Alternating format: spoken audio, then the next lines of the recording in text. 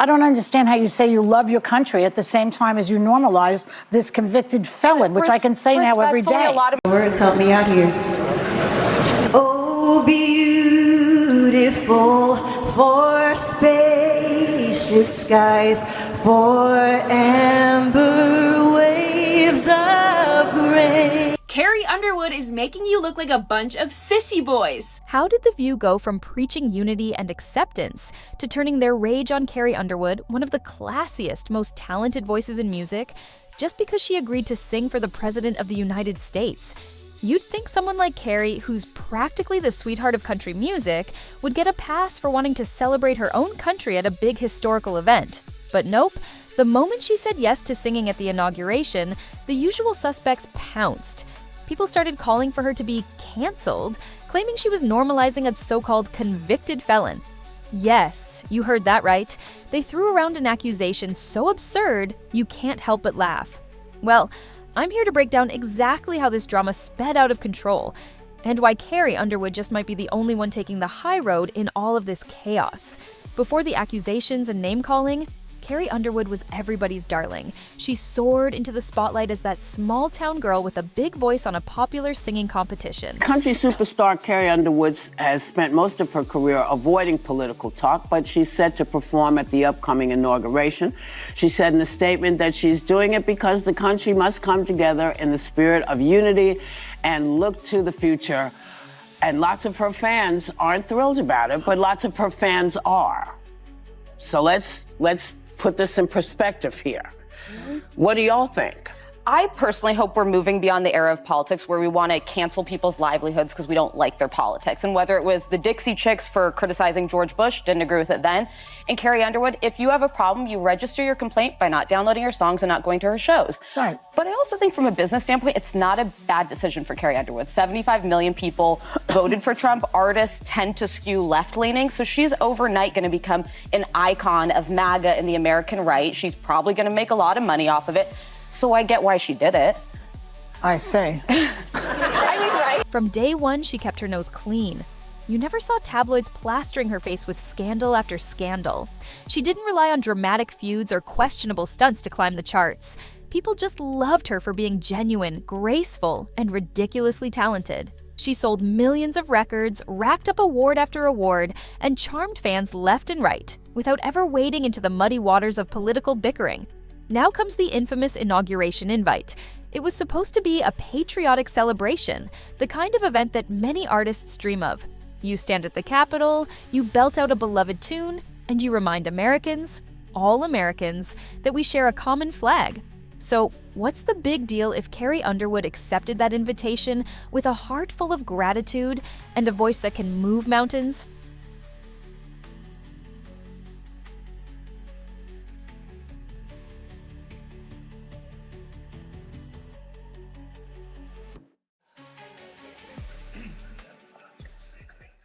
You know the words help me out here. Oh, beautiful for spacious skies, for amber waves of grain. According to the Spewers, this decision labeled her a full-on MAGA star, and they demanded she be canceled, boycotted, blacklisted, whatever it took. Some fans defend her on social media, but a new wave of critics are determined to see her fall. All for what? For standing on a stage and singing America the Beautiful? The nerve. Let's talk about the moment Carrie Underwood decided to say yes. She got an official call to perform at the new president's inauguration, a big honor by any stretch. Instead of playing coy, Carrie proudly announced she was thrilled to sing for the country she loves. She made a statement, something about unity, about how we all need to come together and look to the future. That's about as uncontroversial as it gets, right? Well, you'd think so. It's country music. I think I'll tell you right now, I wouldn't do it, even though I can't sing. You would not sing? No, I would not. I would not normalize him. And she says, I love our country. How do you love your country and support and normalize somebody who was a convicted felon who really wants to destroy the country, in my opinion? I don't understand how you say you love your country at the same time as you normalize this convicted felon, which I can say now every day. A lot of my family voted for Trump. They love the country and vote for him. I think that people make these decisions for a lot of reasons. Okay, fine. And I would not be the person to say don't do it, because I believe in free speech and everything about it. I personally would not do it. No one's asked me, but that's another story. I would love for you to do a roast at the Trump inauguration. Okay. Oh, no one else had any So thoughts? there we No are. thoughts? No. Boom. Enter the firestorm. Suddenly, social media is ablaze with people shouting that Carrie normalized someone they despised. Some folks demanded refunds for her concerts, and a few hotheads threatened never to stream her music again. But guess what else happened? A huge chunk of new supporters rushed in, seeing Carrie as someone with real backbone, someone who wouldn't bow to cheap intimidation. These folks congratulated her for having the guts to appear in public with a president that a lot of celebrities were hiding from. So, while certain self-righteous corners of the internet were whining about how outrageous she was, others were cheering, Yeah, I've scheduled a spa day. I'm not even going to tell you what I'm doing. Don't worry. I'm not talking. I'm not telling.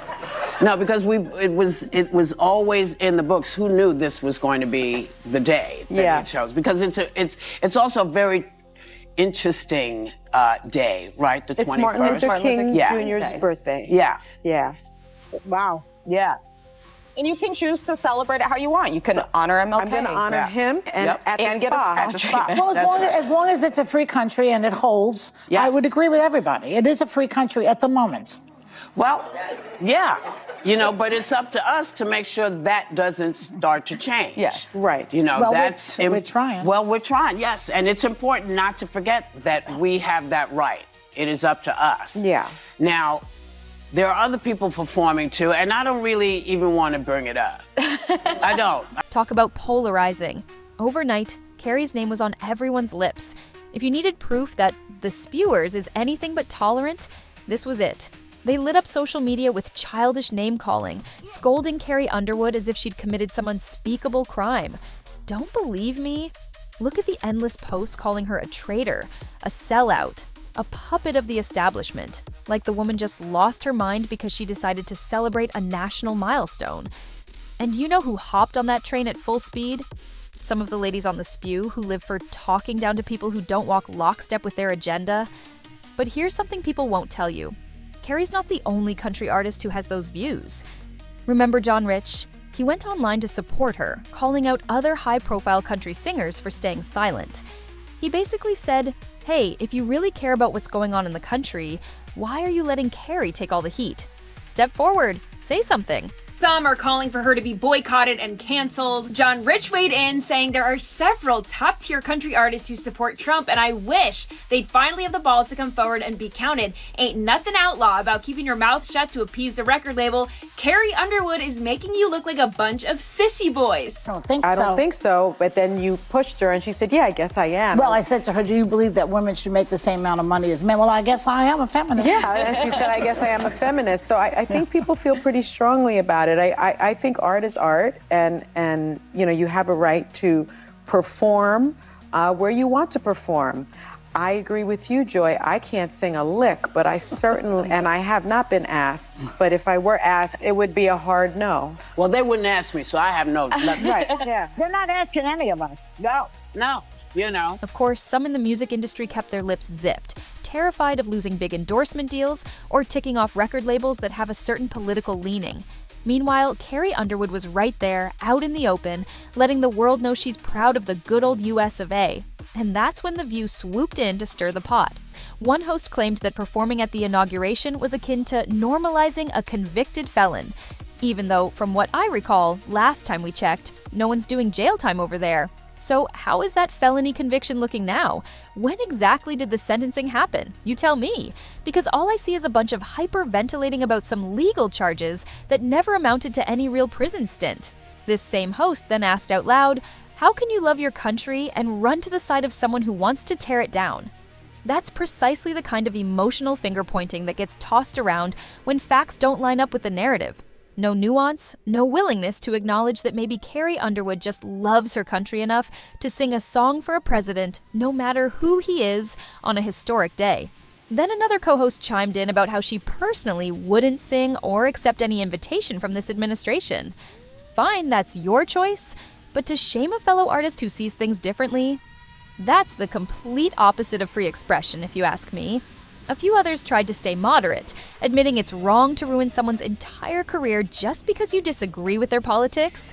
But, as usual, the loudest voices overshadowed everything else, piling on accusations without a shred of actual evidence. You know what scalding take they offered Carrie? If fans are mad, they can boycott her music. As if those hosts are the moral authority on who deserves to keep their livelihood. So, did Carrie's choice blow up in her face? Last I checked, the woman is still raking in awards, selling out performances, and making bank. The outrage fizzled once the next social media cycle rolled around, but that doesn't mean we should forget how she was crucified at the time. Don't just take my word for it. Look at her discography and ticket sales. She's doing just fine. The record labels never truly turned their backs on her, probably because they know she's a moneymaker. And guess what? The loyal fans who left in a huff have been replaced by newcomers who happen to like her independent streak. What sets Carrie's story apart is how I believe it will expose the two-faced nature of cancel culture. Remember the Dixie Chicks scandal years ago? Just because they said something negative about a past president, they got blacklisted by country radio. Back then, some folks on the right were all for that. Now the shoe's on the other foot. These so-called champions of free speech suddenly want Carrie shut down. The lesson? Hypocrisy runs rampant no matter which side you're on, if you let partisan rage take the wheel. But here's what The View and the woke crowd missed. Carrie Underwood is a grown woman who doesn't need their permission. She doesn't owe them an apology either. Whether she's on her 10th platinum album or just starting out, she's got a right to believe in her own brand of patriotism, no matter who the president is. And that's the real sin she committed, stepping outside the bubble. Once you do that, the tolerance vanishes, the pitchforks come out, and the moral lectures begin. Meanwhile, Carrie goes on singing, racking up hits, and laughing all the way to the bank. Carrie Underwood is shattering The View's lecture circuit by simply standing on a stage and doing what she loves, singing for her country on a day meant to celebrate the peaceful transfer of power. People lost their minds, threatened boycotts, and labeled her all kinds of nasty things.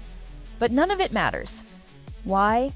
Because when you're sincere, your fans can sniff that out a mile away, and they respect it. She's not hiding, and she didn't start throwing mud at anyone who disagreed. She came with a message about unity, which is more than we can say for the folks who launched personal attacks the minute she said she'd perform. If there's any takeaway, it's that we should all stop acting shocked when an artist we like doesn't pass our personal purity test. Maybe, just maybe, this whole fiasco proves that if you stand strong and ignore the outraged mob, you come out the other side even stronger. And Carrie Underwood is living proof of that. You can screech about her being some MAGA puppet all day, but at the end of that day, she'll still be a multi-platinum artist with more fans than her haters can handle. The world moves on, the real fans stay loyal, and The View's latest meltdown becomes a blip on the radar. Keep singing, Carrie. If anyone's got a problem with it, that's their issue, not yours.